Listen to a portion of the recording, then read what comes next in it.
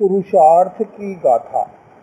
कहा जाता है महापुरुषों की कार्य सिद्धि उनके सत्व में होती है। कार्य सिद्धि के लिए उपकरणों की भी आवश्यकता पड़ती है। विविध प्रकार के पदार्थों का भी आलंबन जरूरी होता है। अन्य लोगों का सहयोग भी अपेक्षित होता है। परंतु सभी साधन सामग्री होते हुए भी यदि व्यक्ति का अपना मनोबल, अपना पुरुषार्थ नहीं है, तो साधन सामग्री अधिक उपयोगी नहीं बन पाती है। आचार्य भिक्षु की साधन सामग्री स्वल्पतम थी। जब आचार्य भिक्षु ने अभिनिष्क्रमण किया, आरंभ में वे 13 साधु थे। एक बार उनके साधु 6 ही रह गए और साध्वियां तो थी ही नहीं। जैन परंपरा के अनुसार तीर्थंकर तीर्थ की स्थापना करते हैं। साधु, साध्वी, श्रावक और श्राविका ये 4 तीर्थ कहलाते हैं। वास्तव में भगवान संयम तीर्थ की स्थापना करते हैं। तो व्यक्ति संयम तीर्थ में स्नान करता है, वह स्वयं तीर्थ बन जाता है। इस तीर्थ के 2 प्रकार हैं, महाव्रत की साधना और अनुव्रत की साधना। महाव्रत की साधना करने वाले साधु साध्वी कहलाते हैं और अनुव्रत की साधना करने वाले श्रावक श्राविका कहलाते हैं। इस समय आचार्य के साधु तो थे, श्रावक श्राविका भी थे, परंतु कोई साध्वी नहीं थी। एक व्यक्ति ने कहा, भीखन जी का लड्डू खंडित है, पूरा नहीं है। आचार्य भिक्षु ने कहा, पूरा भले मत हो, पर असली चौगुनी चीनी का है। अर्थात संगठन यदि छोटा भी है, तो यदि संगठन में अनुशासन है, संयम है, तो संगठन श्रेष्ठ कहलाता है। कुछ वर्षों पश्चात साध्वियां भी बन गई। तो आचार्य भिक्षु दृष्टिकोण सम्यक था, प्रत्येक बात को सम्यक रूप से ग्रहण करते थे। उनके जीवन में निराशा के लिए कोई भी स्थान नहीं था। उन्हें पुरुषार्थ पर भरोसा था। उन्हें ज्ञान, दर्शन, चारित्र और तप की आराधना में आस्था थी। इसी समय जब 13 साधु थे, इसे लक्षित कर एक व्यक्ति ने आचार्य भिक्षु के संघ का नाम 13 पंथी रख दिया।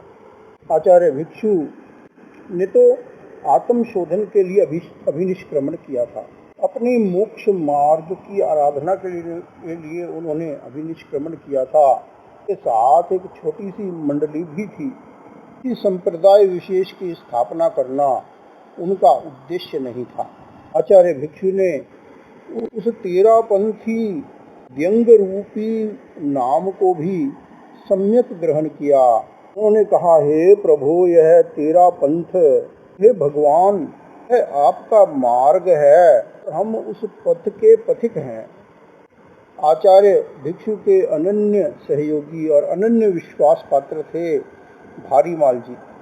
आचार्य भिक्षु ने भारीमाल से कहा, भारीमाल, हम आचार्य रघुनाथ को छोड़ आए हैं, अब हमें नए सिरे से दीक्षा लेनी है। तुम्हारे पिता मुनि कृष्णो जी की प्रकृति बहुत उग्र है, हमें कठिनाइयों का सामना करना होगा। हमारे पिता में उन्हें झेलने का सामर्थ्य नहीं है, इसलिए मैं उन्हें अपने साथ नहीं रख सकता। तुम्हारी क्या इच्छा है? मेरे साथ रहना चाहते हो या अपने पिता के साथ? भारीमाल जी ने दृढ़तापूर्वक आचार्य भिक्षु के साथ रहने की इच्छा व्यक्त की और कहा, मुझे आप पर पूर्ण विश्वास है, मेरी आस्था तो साधुत्व में है, तो आपके चरण चिन्हों का अनुगमन करना चाहता हूँ। ये आपको छोड़कर कहीं नहीं जाना है। आचार्य भिक्षु ने कृष्णो जी के सामने भी वही बात दोहराई। कृष्णो जी कहने लगे, आप मुझे साथ नहीं रखेंगे तो मेरा पुत्र भी आपके साथ नहीं रह सकेगा।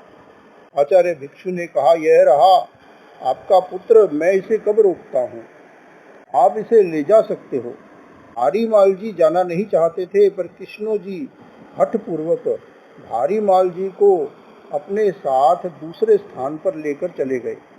भारीमाल जी उस समय 14 वर्ष के थे, परंतु उनका विवेक जागृत था कि आचार्य भिक्षु के प्रति आस्था बहुत दृढ़ थी।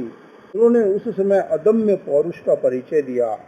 उन्होंने अन्न और पानी का त्याग करते हुए सत्याग्रह प्रारंभ कर दिया। उसके सामने पिता का आग्रह टूट गया। मुनि कृष्ण जी पुत्र को साथ लेकर आचार्य भिक्षु के पास आए और नम्र भाव से कहा, गुरुदेव, यह आपकी ही संपत्ति है, यह आपके पास ही रहना चाहता है, आप ही इसे संभालो। यह 2 दिन का भूखा प्यासा है, आप इसे भोजन कराएं, जल पिलाएं। आपसे अलग रहकर जीवन पर्यंत अनशन करने पर तुला हुआ है, मेरे साथ रहना नहीं चाहता है। आचार्य भिक्षु ने जो क्रांति का बीज बोया आज शतशाखी बन गया है। बीज में वृक्ष बनने की अर्हता होती है। बीज का आकार बहुत छोटा होता है, परंतु उसके भीतर अनंत संभावनाएं छिपी हुई होती हैं। आचार्य भिक्षु ने अपने संयम और तप की आराधना के द्वारा क्रांति के बीज को, धर्म क्रांति के बीज को पुष्पित किया, पल्लवित किया। आचार्य भिक्षु के जीवन में क्षमा थी, सहनशीलता थी, उसके पास बुद्धि का बल था, वे परीक्षा करना जानते थे। इस प्रकार के विशेष मनोभावों का संगम था जिससे वह धर्म क्रांति का बीज पुष्पित हुआ, पल्लवित हुआ।